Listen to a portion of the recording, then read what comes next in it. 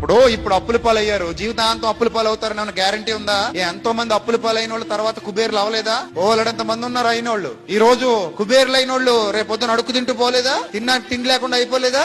ఓలడంత మంది ఉన్నారు. అందుకే పెద్దలు అంటారు బళ్ళు వాళ్ళు అవుతాయట, వాళ్ళేమవుతాయట, బళ్ళు అవుతాయట. పరిస్థితులు ఎప్పుడు ఒకలా ఉండవు, గుర్తుపెట్టుకోండి. చాలా మంది పరిస్థితులు ఎప్పుడు ఒకలాగే ఉంటాయనుకుని చచ్చిపోతుంటారు బుద్ధిహీనులు. వర్షాకాలాన్ని చూసి చచ్చిపోతే శీతాకాలం రాబోతుందన్న విషయం గుర్తుకు రావాలి నీకు. శీతాకాలంలో చలికి చచ్చిపోతాననుకుంటే ఎండాకాలం రాబోతుందన్న వాస్తవం అర్థం కావాలి నీకు. ఎండాకాలంలో వేడికి చచ్చిపోతాననుకుంటే వర్షాకాలం మరలా రాబోతుందన్న విషయం నీకు అర్థం కావాలి. లైఫ్ అనేది ఒక చక్రం, ఎప్పుడు ఒకలా ఉండదు. 9 నెలలు సంతోషంగా ఉండి 9వ నెల పూర్తయ్యేసరికి ప్రసవ వేదన అనుభవించి చచ్చిపోవాలన్నంత బాధ అనుభవించి తర్వాత పిల్లాడి కేర్ మనగానే అన్ని మర్చిపోయేవాడిని ఎత్తుకుని ముద్దులెట్టేసుకుని నవ్వేసుకుంటుంది తల్లి. అంటే ఈ సమస్యలు, కష్టాలు, కన్నీళ్లు వస్తాయి, పోతాయి, ఉండవు.